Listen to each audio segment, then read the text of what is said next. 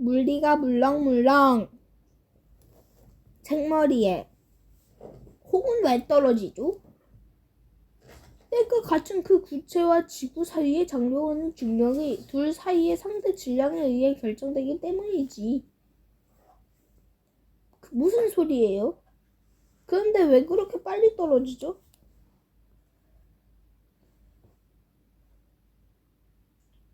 간단하지. 9.806m per second G equals gm per r square. 이거든. 완전히 넋이 나갔어.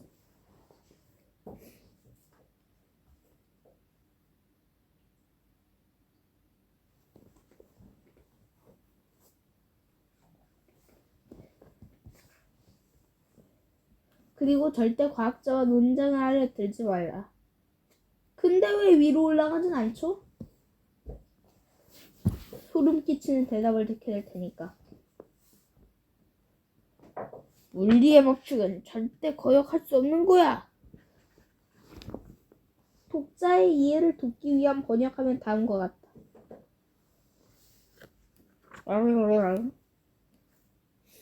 그렇다면 그 물리 법칙들이란 어떤 것인가?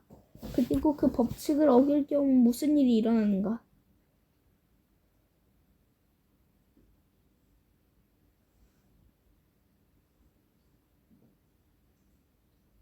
학교에서 쫓겨날까? 아니면 정말로 끔찍한 처벌이 기다릴 수 있을까? 혹시 엄청나게 많은 숙제와 함께 과학 보충 수업을 들어야 하는 건 아닐까? 그런데 그럼 도대체 이 끔찍한 법칙들을 따르라고 강요하는 하는 것일까? 선생님일까? 아니다. 그건 바로 힘이다. 왜냐하면 힘은 사물을 움직이게 하기 때문이다. 힘은 손가락으로 콩 하나를 툭 치는 것에서부터 거대한 별을 이 엄청난 중력에 이르기까지 어떤 것이라도 될 수 있다.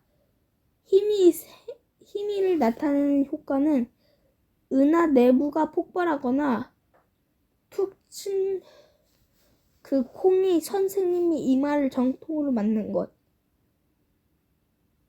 이렇게 되면 다른 종류의 폭발이 일어날 수 있으니까 조심할 것. 스로 나타날 수도 있다.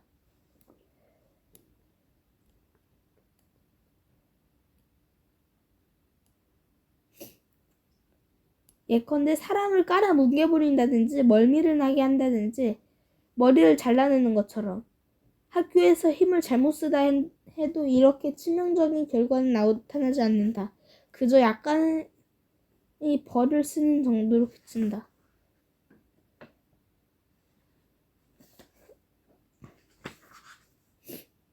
괴팍한 뉴턴.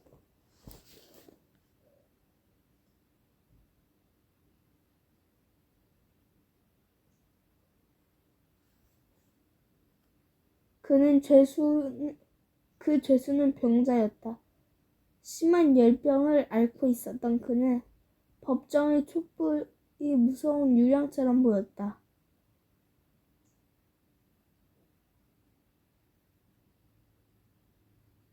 사형을 선고하는 재판관의 목소리가 자꾸만 들려왔다. 그는 그만 기절해버렸다.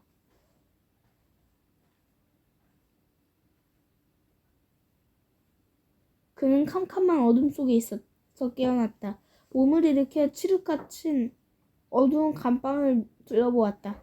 미끌미끌한 게 발을 쭉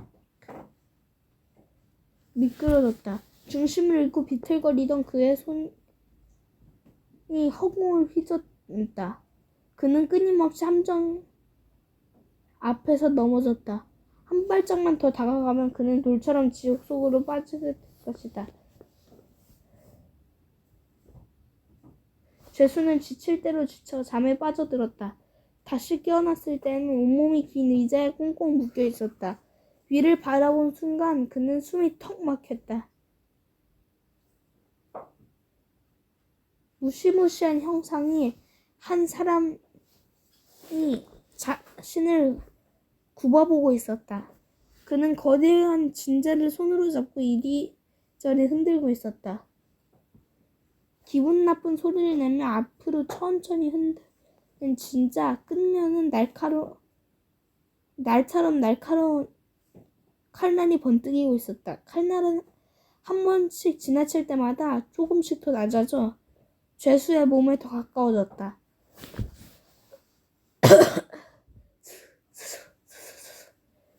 커다란 쥐 수십 마리가 어둠 속에서 죄수의 시체로 만찬을 즐길 때를 기다리며 지켜보고 있었다.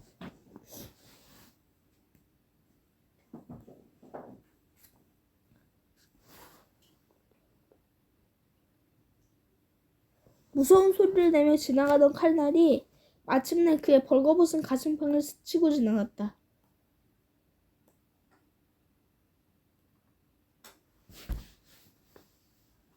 무섭지? 다행히도 이 이야기는 미국 작가 에드가 앨런 포트가 1849년에 쓴 함정과 진자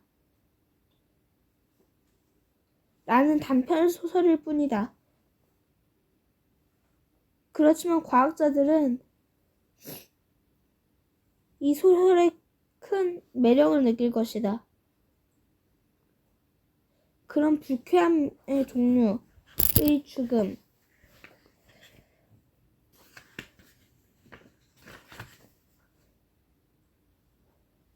힘과 관계하기 때문이다. 중력의 작용으로 구덩이 속으로 떨어지거나 중력과 구심력에 의해 진자가 움직이는 것은 바로 힘과 관계하고 있다.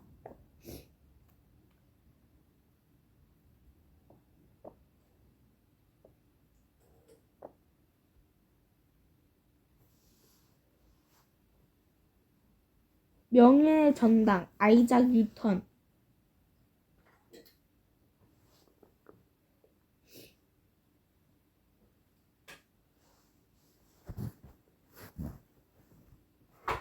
국적 영국 1642년부터 1727년. 아이작 뉴턴은 크리스마스에 태어났다.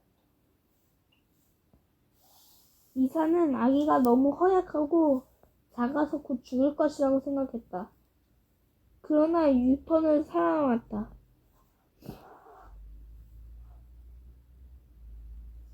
그리고 곧 과학에 흥미를 갖게 되었다.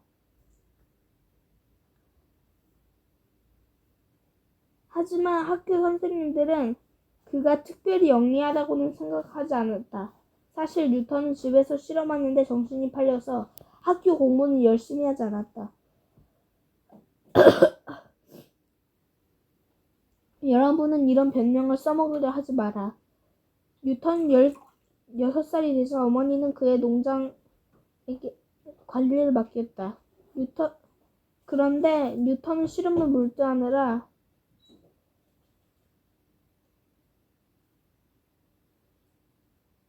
양들이 밑밥을 다 먹어치우도록 내버려두고는 했다.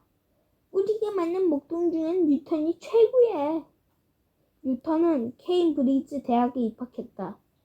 대학에서 그는 수학책이란 수학책을 모조리 읽었다. 그림이 없는 책들까지. 그는 저녁을 먹으러 가다가 다른 데로 빠지곤 했다. 뉴턴은 저녁은 나약한 사람들이나 먹을 거라고 생각한다. 기막히게 재미있는 과학 계산을 두고 왜 저녁을 먹으러 간단 말인가.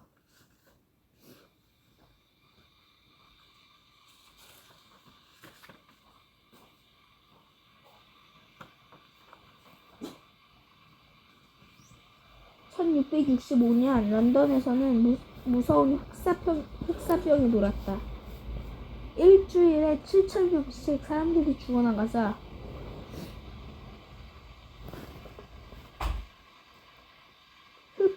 흑사병 피해를 막기 위해 케임브리지 대학교는 휴교를 하였다. 그래서 뉴턴은 고향인 집으로 와서 특별한 연구를 했다. 정말 친구들에게 따돌림 당하기 딱 맞은 괴상한 성격이었다. 그렇지만 그는 실로 놀라운 발견들을 이루었다.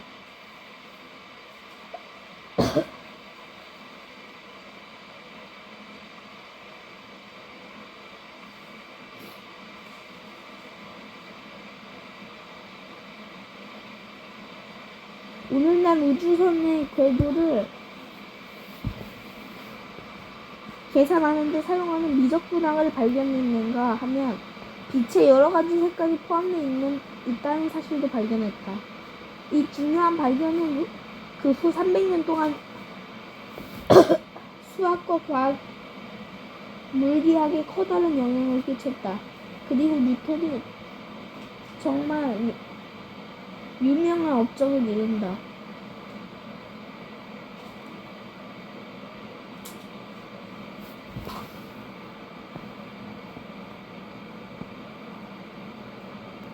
사과와 달.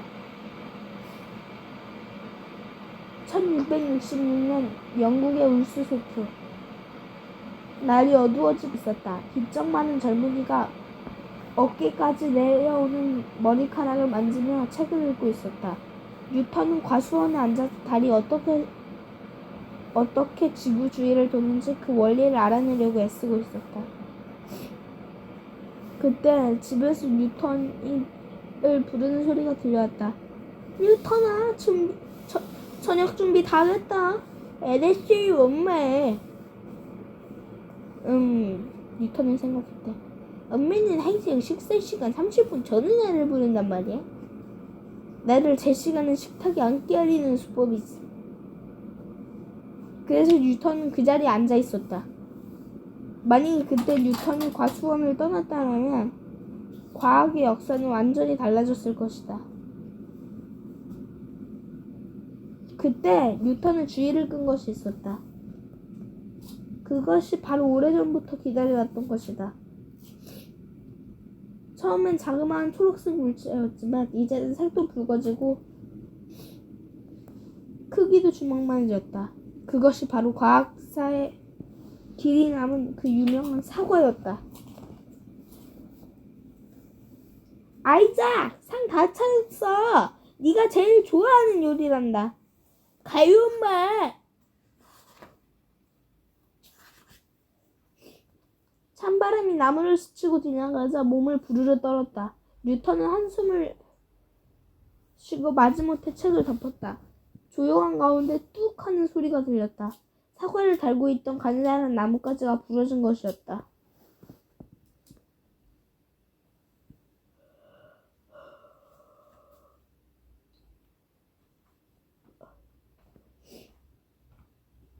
그리고 그것은 뉴턴의 머리에 콩 부딪혔다.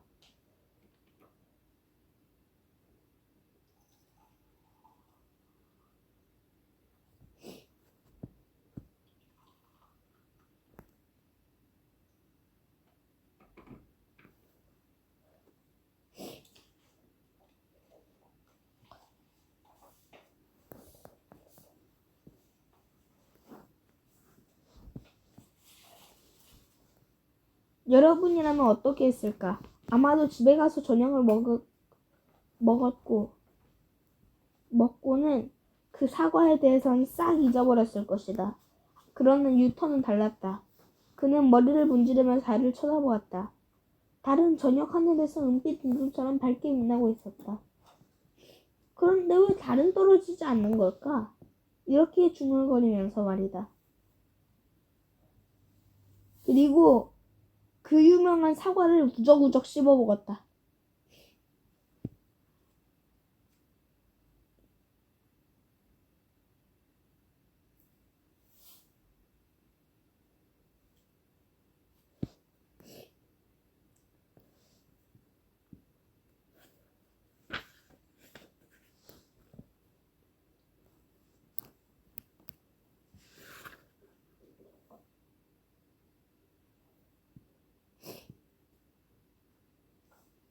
어머니의 목소리가 다시 들려왔다. 아이작, 저녁밥 다 식어간다. 간다니까요, 엄마.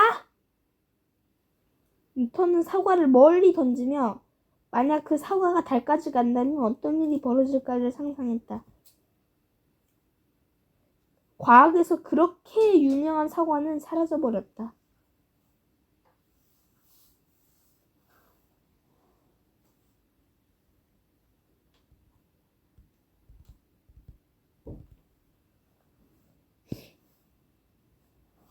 뉴턴은 이제 저녁 먹는 것도 잊어버렸다.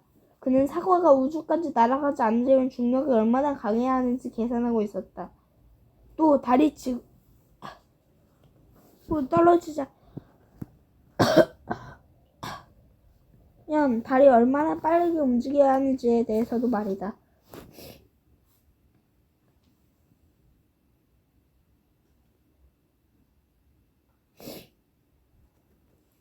화가 난 어머니는 촛불을 들고 밖으로 나왔다. 아이작! 어머니가 소리쳤다. 내 밥은 고양이한테 줘버렸다. 내일 아침은 돼지한테 줄 테야.